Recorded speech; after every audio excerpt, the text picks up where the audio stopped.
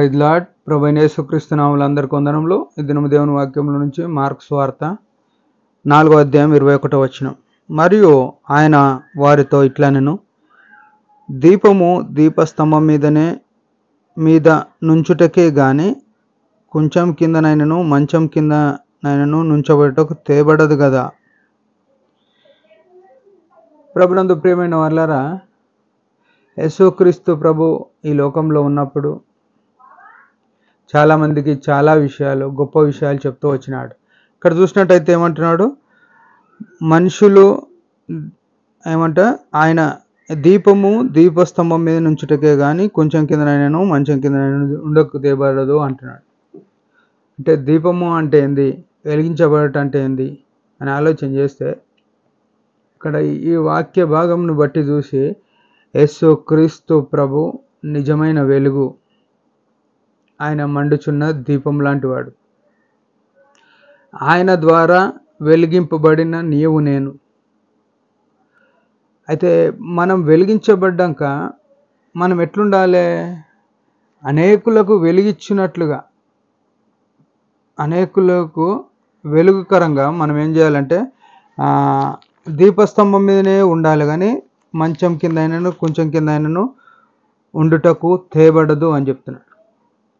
అంటే మనము ఈ లోకంలో ఉన్నామంటే యేసు ప్రభు వెలుగును ఇతరులకు చూపించాలి. అంటే వెలుగు అంటే దేవుని యొక్క వాక్యమే వెలుగు, దేవుని యొక్క మాటలే వెలుగు. అంటే మనలో దేవుని యొక్క వెలుగు, దేవుని యొక్క వాక్యము, దేవుని యొక్క చిత్తమును అనేకులకు చెప్పేటట్టు ఉండాలి. అందుకే మత్తయి సువార్తలో కూడా ఒక మాట ఉంది, 5వ అధ్యాయంలో ఏమనుందంటే, మత్తయి సువార్త 5వ అధ్యాయము 16వ వచనం.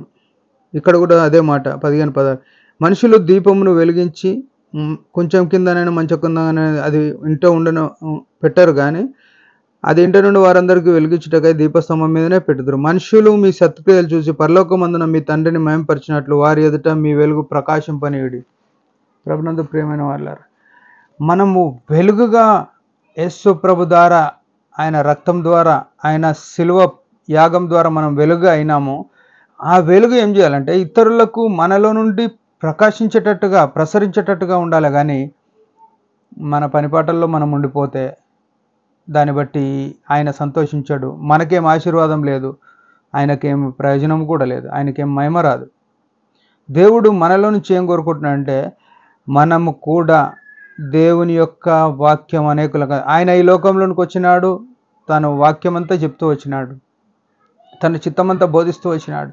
ఆ వాక్యం విన్న మనము, రక్షణలోనికి వచ్చిన మనము అనేకులకు ఈ రక్షణ సువార్త అందించేటట్టుగా, వెలిగించేటట్టుగా ఉండాలి.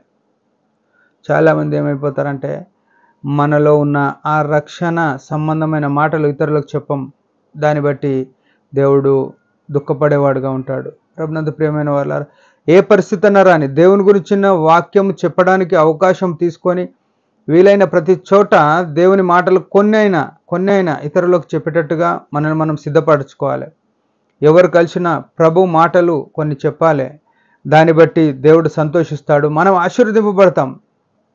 మన వెలుగు ప్రకాశింపనీయుడి అంటున్నాడు. మీ పరలోక తండ్రిని మహిమపరిచినట్లుగా మీ వెలుగు ప్రకాశించనీయుడి అంటున్నాడు. మన వెలుగు ప్రకాశించేటట్టు అంటే మనం అనేకులకు వాక్యం అందించే వారంగా మనం సిద్ధపడాలి. ఎవరో వచ్చి చెప్పుకుంటారులే, వాక్యం వాళ్ళకి తెలుసు కాబట్టి వాళ్ళు చెప్పుకుంటారు, నాకు నా ఉద్యోగమే ఉంది, నాకు నా కుటుంబమే ఉంది, నాకు నా వేరే పనులే ఉన్నాయి, వాక్యం గురించి నాకు అంత తెలియదు అనుకోవడానికి లేనేలేదు. ప్రభు యొద్ద ప్రార్థన చేసుకుంటే దేవుని ఆత్మ మనకు బోధించిన సంగతులు ఇతరులందరికీ వీలైన చోట పంచుకోవడానికి మనం కట్టుకొని సిద్ధపడి మన ద్వారా ఆ ప్రభువును మహిమపరిచినట్లుగా, ఆ యేసును మహిమపరిచినట్లుగా మన వెలుగును ప్రకాశింపజేయాలని దేవుని యొక్క కోరిక. దేవుడి మాట దీవించును గాక. చిన్న ప్రార్థన చేసుకుందాం. పరమ తండ్రి యేసు ప్రభు నామములో వందనాలు. మాకు ఇచ్చిన ఆయుష్ను బట్టి స్తుతిస్తూ ఆరాధిస్తున్నాం. మేము తండ్రి నీ చేత వెలిగింపబడి మేము అనేకులకు వెలుగుగా ఉండడానికి కృపనీయండి. నువ్వు వెలుగుగా ఉండాలని కోరినావు, నిన్ను మహిమపరచాలని కోరినావు. అట్టి కృపలో, అట్టి వెలుగులో మేము వెలిగింపబడి అనేకులకు వెలుగుగా మాదిరిగా ఉండగలటకు సహాయపడమని నజరేయుడైన యేసు ప్రభు నామములో ప్రార్థిస్తున్నాం తండ్రి, ఆమెన్. మీరందరి పరిచర్య గురించి భారంగా ప్రార్థన చేయండి. Praise the lord.